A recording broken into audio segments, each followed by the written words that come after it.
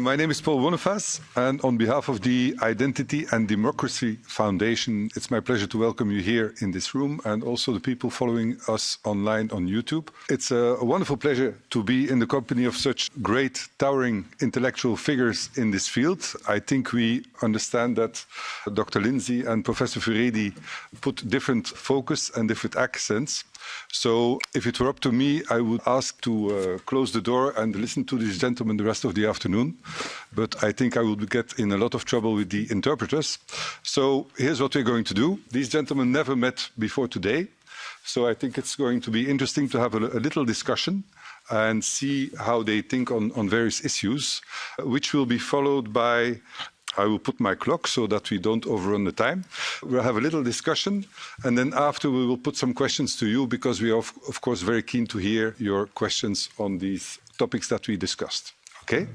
So my first question to both gentlemen, maybe I start with you, Dr. Lindsay, is this ideology has really taken hold of lots of young people who, Vivek Ramaswamy writes in his book, young people are hungry for a cause, and they see in this ideology a way of actually doing something very positive, very good. And I genuinely believe that they think that woke means being sensitive to all kinds of different types of oppression, which has remained hidden before. And woke makes this visible. So my question to both gentlemen is, what is wrong with this? And when does woke go too far?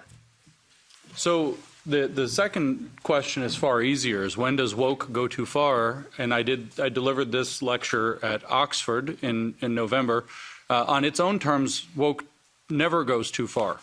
The revolution, in the words of Paulo Freire, a Brazilian Marxist educator whose educational model has conquered the United States, that the cultural revolution must be perpetual.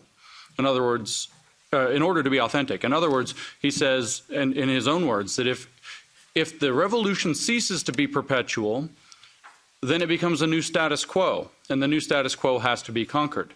And so he says that the answer, when you've developed a critical consciousness and you've led the country to revolution, is that you must develop a new critical consciousness and lead it to more revolution. So in other words, woke on its own terms never goes too far. And that means from outside of its terms, woke always goes too far because it has no limiting principle. It has nothing that will stop it. It's a train without brakes. And since it's so destructive, it will eventually destroy any society that lets it in. I think Vivek is correct that young people hunger for a cause, to address the first question. I think that woke does allow them to feel, and I think most young people who take it up do feel in their kind of idealism and their naivety that they are helping, that they are being more sensitive, that they're being empathetic, that they're caring about people who failed to be cared for in the past, that they're sensitive to issues that privilege will allow you to ignore, but they don't know that they're being lied to. And I think that that's very important. We've heard this both from myself and from Dr. Furedi. We've heard this. Inclusion does not mean inclusion. Inclusion means that we're going to censor and exclude everybody who has opinions and every opinion that doesn't conform to the woke ideology so that the people there can feel safe. But if people can't speak, people are not safe. How did Chernobyl melt down? Because the people were afraid to speak, that they saw something was wrong because they knew the Soviets would kill them if they said something's going wrong. If you can't speak when there's a problem, you're not safe. So they're being lied to. It creates the opposite of safety. It creates the opposite of inclusion. In our country, we have, in California, we had the governor was almost recalled, and a black man from East LA, one of the most ethnically American black places on the planet, named Larry Elder, ran for governor. In the Los Angeles Times, because he's a conservative, ran a headline that said, Larry Elder is the black face of white supremacy. What does that mean? We just had a murder recently in Memphis, Tennessee, where 5 black police officers went and beat up and killed somebody that they were trying to arrest. And the headline that ran was that policing itself is white supremacist in its nature, so these black police officers adopted white supremacy in order to commit this murder. What does this mean?